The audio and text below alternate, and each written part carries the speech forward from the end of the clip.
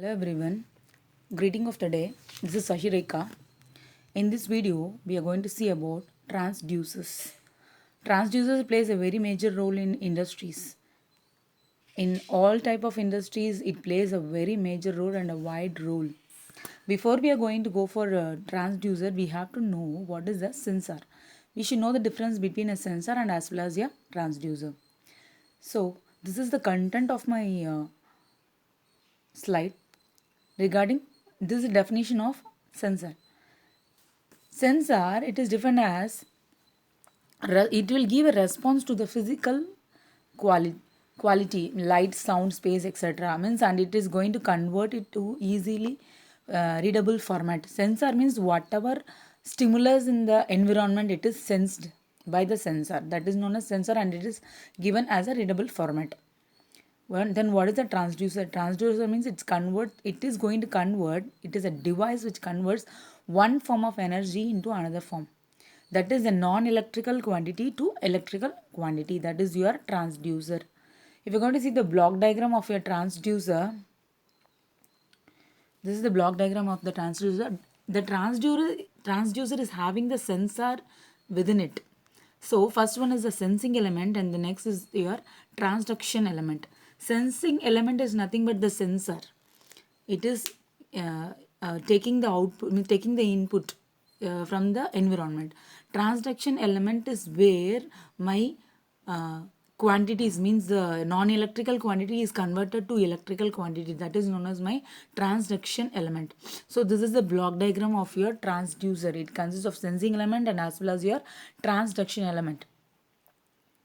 And the classification of the sensor. Sensor is classified based on there are five types of classification. First one is physical phenomenon, whether the transducer is in primary or in the secondary. That is known as physical phenomenon. The other next one is power type. The output power, how we are getting, means whether we are giving external power to that particular transducer. If you are going to give external power, that is known as passive. If you are not going to give external power, that is your active. And according to analog, whether giving analog output or digital output, according to that also my transducer is divided, means classified. Then electrical phenomenon, whether my transducer is giving the best in resistive transducer or capacitive or inductive or photoelectric or photovoltaic. And the last one is transduction phenomenon. First one is transducer and the second one is inverse transducer. And the next we will go in deep of physical phenomenon. Physical phenomenon means the transducer which is used in a primary, means mechanical. It is the mechanical device of a transducer is going to change. Mechanical device is known as your primary transducer. Okay. The secondary transducer means mechanical is converted to electrical. That is known as your secondary. Maximum your primary will be your mechanical transducer, mechanical device, and the secondary will be your electrical, means it is going to convert the mechanical to electrical signal.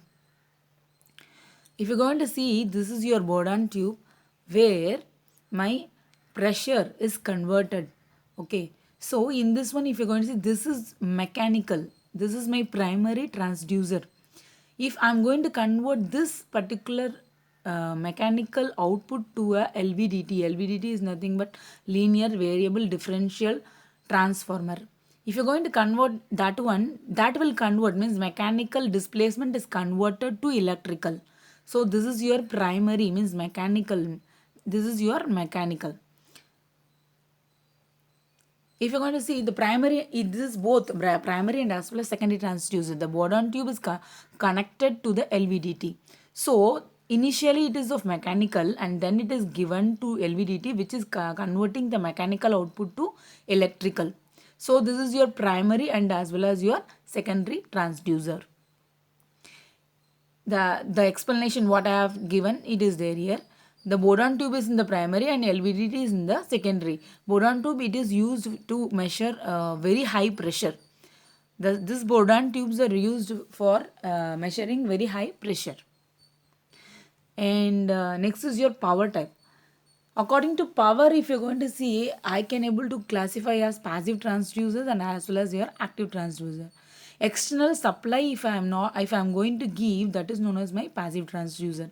Example, if you're going to take strain gauge, resistance temperature detector, RTD and thermistor, these are your passive transducers. Means I have to give my external power supply. That is known as passive transducer. And if I am not going to give any external power source, that is known as my active transducer. An example, if you're going to see thermocouple and piezoelectric accelerometer, all these are of active transducer. And active transducer, if you're going to see, these are the types of your active transducer. Passive transducer we will see in separate section. So photovoltaic, thermoelectric, piezoelectric and electromagnetic. First we will see photoelectric. Photoelectric, again it is classified into four types. Photoelectric in the sense light energy is converted to your electrical energy, that is all. That is the main thing. So first we will see what is the photo transistor. Again, a phototransistor is going to convert the light energy into your electrical energy. That is also a transducer. Because my light energy is converted to electrical energy, means one form of energy is converted to another form. Non-electrical light energy is non-electrical quantity, and it is converted to electrical quantity by means of your phototransistor. So a semiconductor will be there present inside the photoelectric transistor. This is the diagram for this one. So in the collector region, I am going to, the light is observed and it is given. Means the phototransistor, it will give both voltage also and current also. It can able to give, means it will sense the light and it will give voltage also and as well as current also. Next is your photodiode. Again, photodiode, again it is a semiconductor device that is going to convert light into your electrical quantity. And this works in the reverse bias condition. Can you see this animation? See, if the intensity of your light falling on the particular diode, if is increased, means your voltage is also increased. See, can you see this? If the light intensity is increased, the voltage is also increased. So this is regarding your photodiode. Hope everyone can see this and understand. Whenever my intensity is getting low, my voltage is getting low. Whenever my intensity is getting high, my voltage is high. Next is your photoresistor. Again, photoresistor is combination of photon and as well as your resistor. Photoresistor, again variable resistor whose resistance varies inversely with the intensity of your light. Inversely in the sense when intensity is high, means my resistance is coming low. It is also known as LDRs. So again, this is a view, means how my photoresistor is look like. Again, this works on the principle of photoconductivity. Again, here also, if my intensity of my light is reduced, means I am getting an increased voltage. And if my intensity is getting low, and again my it is increased, means opposite. So this is nothing but your photoresistor. I repeat, when my intensity of my light is reduced, my resistance is increased, and my intensity is increased, means my resistance is reduced. And this is next is your photovoltaic cell. Photovoltaic cell is also called as solar cell. Again, the light is converted to electrical energy. The sunlight, what it is available, no, that is converted into my electrical energy. So if you're going to see here, my solar panel is there where I'm getting energy. Those are given to the battery. It is getting charged, and whenever it is required, I can able to use for my electrical. So the solar energy is converted into my electrical energy. This is also a transducer.